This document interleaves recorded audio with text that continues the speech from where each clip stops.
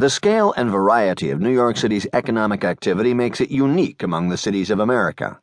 Its 7,835,000 residents occupy only 300 square miles, and thus comprise the largest and most concentrated consumer market in the country. It is the major gateway to America, with almost half the country's exports and imports flowing through its harbor. Although it has few giant industrial establishments, the city's multiplicity of small firms makes it the leading manufacturing city in the United States, exceeding those of Philadelphia, Detroit, Los Angeles, and Boston combined. New York State Department of Commerce, 1951.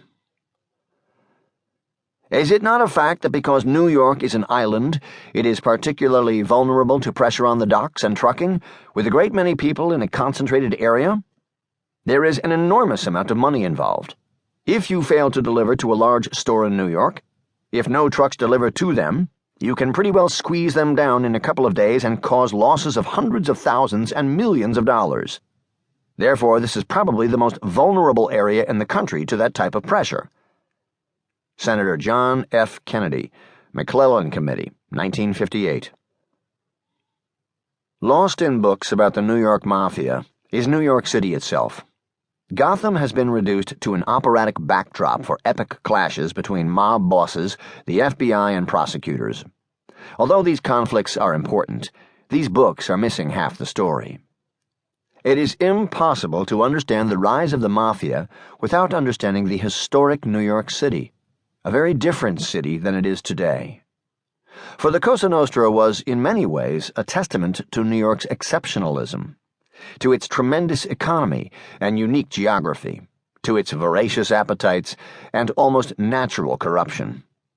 This book, then, is as much about New York and its peoples as it is about organized crime. The Mafia saw unparalleled opportunities in New York City. Boston, Chicago, Cleveland, Los Angeles, New Orleans, Philadelphia, Tampa Bay, and 20 other American cities each had one major Mafia family of varying strength. By comparison, New York had 5 thriving families, with another across the river in northern New Jersey. Although the Sicilian Mafia was powerful in the villages of Sicily, it never achieved the economic successes of the New York Mafia. The Sicilian, cosche, clans, had few industrial rackets or labor unions, because there was not much industry on their island. By contrast, the New York Mafia always had a bounty of goods and services ripe for the picking. Our story begins in another city. When Gotham was a place that built things, between the 1890s and the 1950s, Lower Manhattan was the center of skilled manufacturing in the Atlantic world. Before Soho became gleaming storefronts, its cast-iron buildings were filled with dirty factories, leather tanneries, and trucking companies. It was a city where nighthawks smoked in jazz clubs owned by gangsters who were paying off the police, and where entire neighborhoods spoke Sicilian or Yiddish, or with Irish lilts, or in the southern drawls of African-American migrants. This chapter explores why this city fueled the rise of the Mafia in America. The Port of New York. It all began with the port. When ships entered the placid waters of Upper New York Bay, they marveled at one of the finest natural harbors on earth.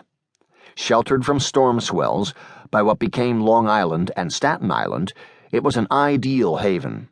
Its waters were deep enough for transatlantic vessels, its weather temperate enough to be open year-round, with little ice or fog. From the open ocean to the Manhattan piers was only 17 miles, compared to the 100-odd miles ships had to travel inland to reach Baltimore or Philadelphia. The building of the Erie Canal in the 1820s linked the Great Lakes to the Hudson River, drastically reducing shipping costs for New York City. It made a superb port. To keep listening to this audiobook, I've left you a link in the description so you can do it, at no cost thanks to Audible's 30-day free trial.